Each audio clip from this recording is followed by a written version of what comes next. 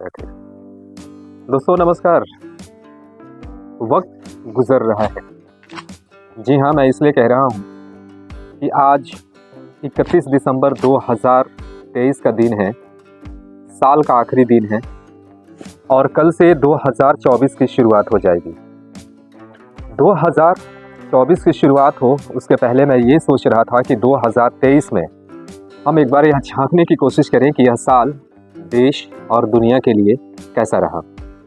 हालांकि इस वीडियो में हम आज बताने की कोशिश कर रहे हैं कि 2023 में बेसिकली भारत की क्या कंडीशन थी, भारत में वो कौन कौन सी ऐसी घटनाएं थी या कौन कौन सी ऐसी घटनाएं घटी भारत में जो 2023 में इसके लिए जाना चाहेगा।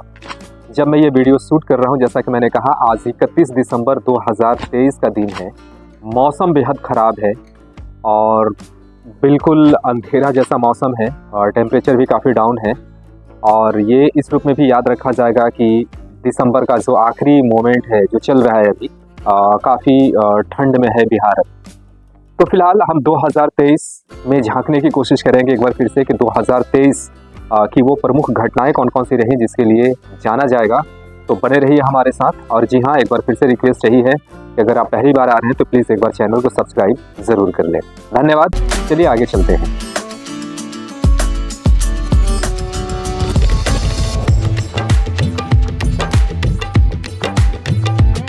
साल 2023 में भारत से लेकर पूरी दुनिया में कई बड़ी घटनाएं घटी।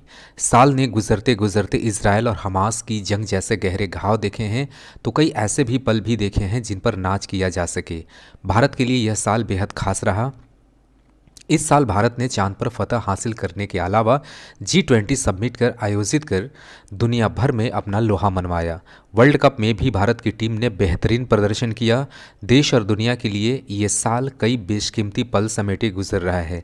तो आइए हम डालते हैं एक नज़र और समझने की कोशिश करते हैं कि वह कौन सी ऐसी घटनाएं रही 2023 की जो हमेशा के लिए इतिहास बना गया।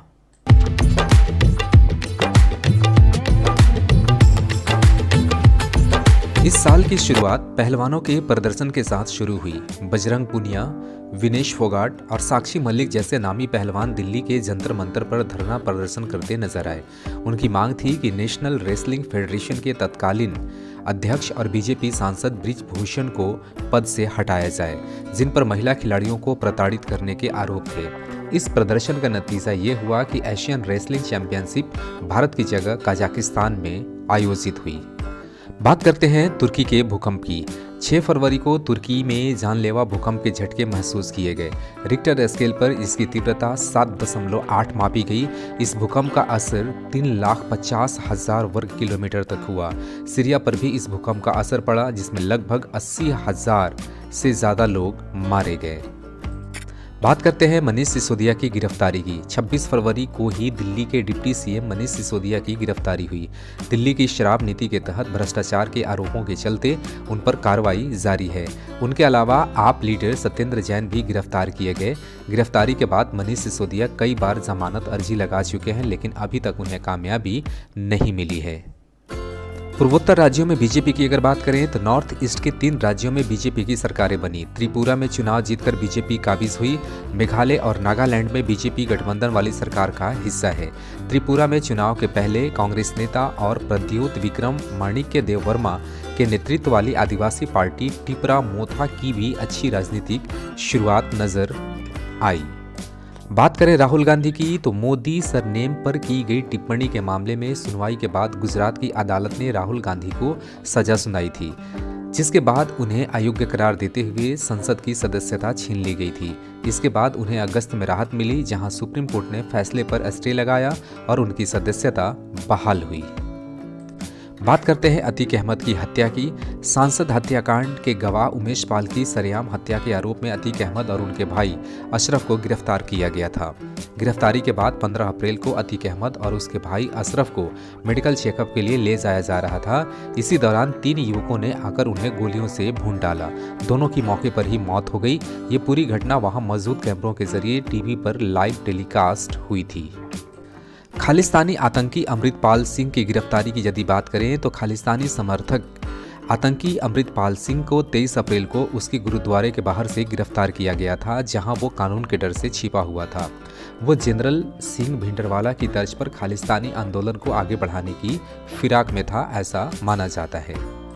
देश में आबादी के हिसाब से बात करें तो इसी साल यानी कि 2023 के अप्रैल में भारत चीन को पछाड़कर दुनिया में सबसे अधिक आबादी वाला देश बन गया।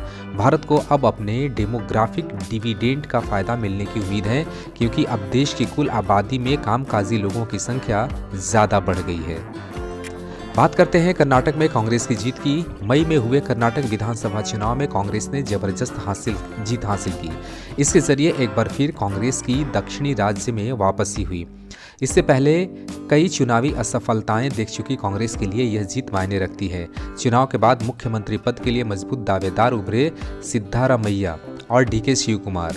इन सबके बावजूद पार्टी ने एकजुटता दिखाई। कई दौर के बातचीत के बाद शिव कुमार उप मुख्यमंत्री बनने के लिए राजी हो गए और सिद्धारमैया को सीएम का पद सौंप दिया गया। बात करते हैं मणिपुर हिंसा की। मैती और कुकी समुदाय के बीच उपजे विवाद के चलते मणिपुर में हिंसा का दौर शुरू हुआ। एक आदिवासी छात्र संगठन की विरोध रैली के बाद प्रदेश में जातीय हिंसा भड़क उठी। इसका कारण बताया गया कि मणिपुर उच्च अदालत का राज्य सरकार को मैती समुदाय को अनुसूचित जनजाति का दर्जा देने की मांग पर केंद्र सरकार को सिफारिश भेजने का निर्देश दिया गया था। इसका जनजातीय समुदायों ने जमकर विरोध किया, जिससे अशांति फैल गई और हालात खराब होते चले गए। मैती और कुकी समुदाय के आपसी विवाद में 180 से भी ज़्यादा लोगों की जान चली गई। बात करते हैं संसद के नए सदन के बारे में। इसी साल यानी कि 2023 में भारत को नए संसद भवन की भी सौगात मिली। ये नया भवन देश के पुराने भवन के ठीक बगल में स्थित है, जिसका उद्घाटन 28 मई को प्रधानमंत्री नरेंद्र मोदी ने किया। पुरानी इमारत की जगह की कमी को देखते हुए सेंट्रल विस्टा प्रोजेक्ट के तहत नए संसद भवन का निर्माण किया गया, जिसके लोकसभा कक्ष में 888 सीटें और राज्यसभा में 384 सीटें निश्चित की गई हैं।